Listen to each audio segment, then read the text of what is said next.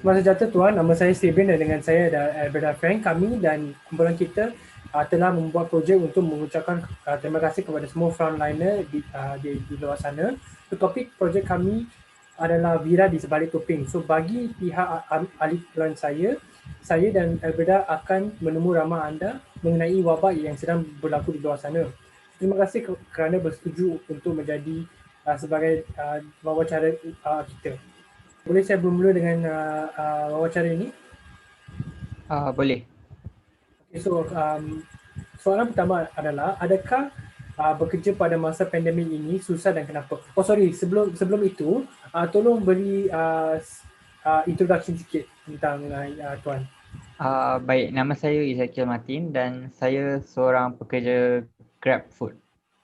Okay, alright. Saya rider GrabFood. Ya. Alright, okay. Okay, terima kasih Tuan. Okay, so soalan pertama adalah adakah bekerja pada masa pandemik ini susah dan kenapa?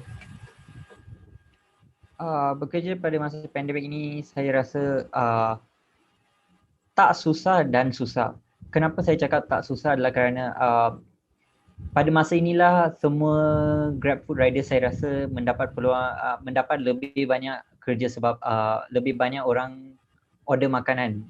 Hmm. So kita mempunyai banyak kerja dan kita kena mengulang-alik ke kedai dan menghantar makanan kepada para pelanggan. Okay. Dan apa yang saya kata susah adalah pada waktu kita nak pergi mengutip makanan daripada kedai, Hmm. kita kena buat scanning semua. Macam dulu kita terus pergi ambil dan Hmm. boleh pergi menghantar makanan. Yeah. Tapi sekarang kita kena scan Alright. suhu semua, Alright. baru kita boleh masuk kedai dan ambil makanan.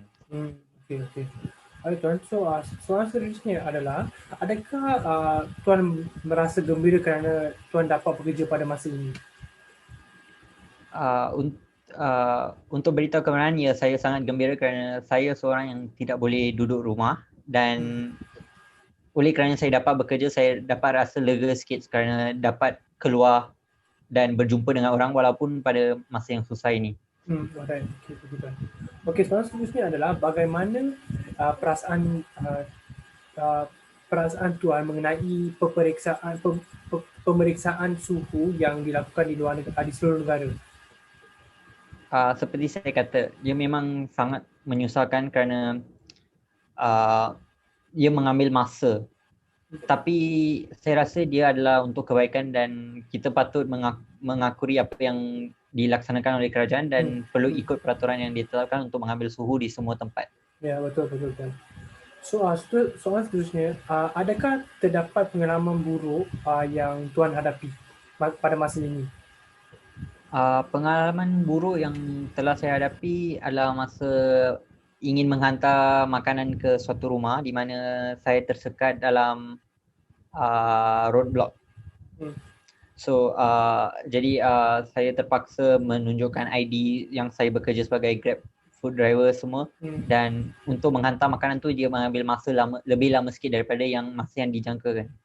Alright. Okay, soalan seterusnya, bagaimanakah Tuan menahan masa pekerjaan yang panjang? Menahan masa pekerjaan panjang.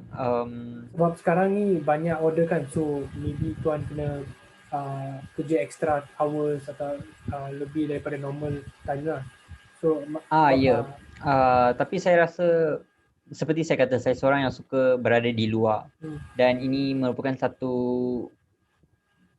macam mana ni cakap, macam satu experience lah, dan saya dapat meluangkan lebih masa di luar rumah daripada tinggal di dalam bilik dan memandang dinding saja. Alright. Okay. So, seterusnya Beda Frank akan mengambil alih. Sehingga hari ini, seperti apa kehidupan seharian bagi kita semua? Dari pandangan Tuan, dalam opinion Tuan, bagaimana kehidupan seharian bagi kita semua? Saya rasa kehidupan seharian kita semua telah berubah daripada sebelum pandemik ini.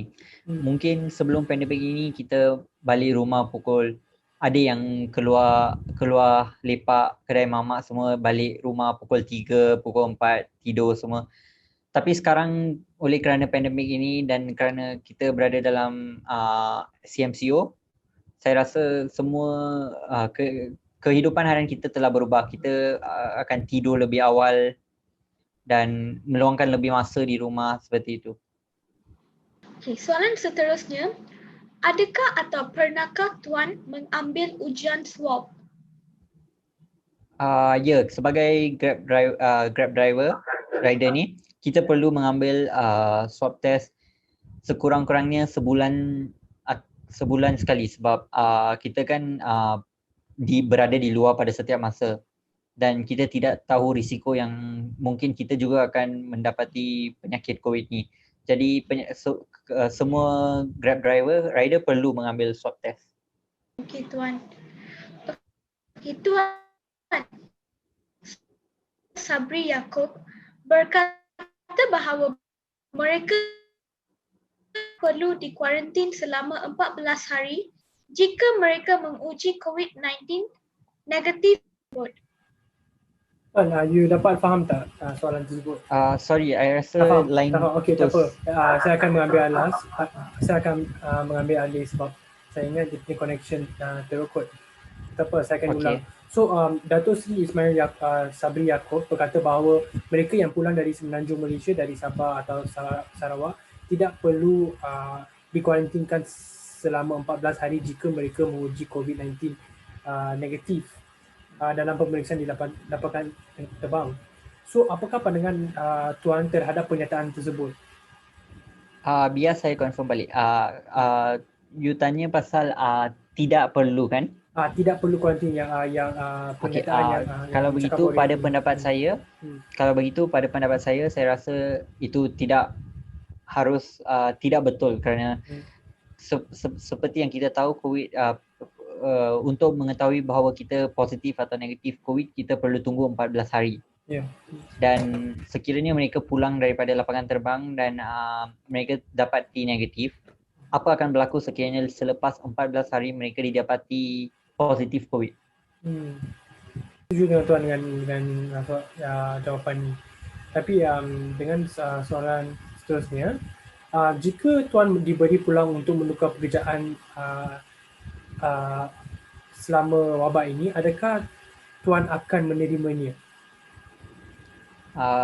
Kalau tanya saya kalau saya akan menukar, tidak, kerana saya suka apa yang saya tengah lakukan sekarang dan saya rasa saya tidak akan menukar pekerjaan saya sekarang ni. Dengan peraturan CMCO yang baru, adakah peraturan tersebut terlalu longgar berdasarkan apa yang anda lihat setiap hari? Dari opinion Tuan, dari pandangan Tuan, peraturan CMCO ni lalu. Pada pandangan saya, peraturan CMCO yang ditetapkan adalah ketat. Tetapi kita sebagai masyarakat yang tidak mematuhi peraturan tersebut dan kita membuat sesuka hati kita. Tapi pada pandangan saya rasa peraturan-peraturan yang telah ditetapkan oleh kerajaan tidaklah begitu longgar dan saya pernah melihat di mana kerajaan mengambil tindakan sekiranya rakyat tidak mengikuti peraturan-peraturan yang telah CMCO yang telah ditetapkan.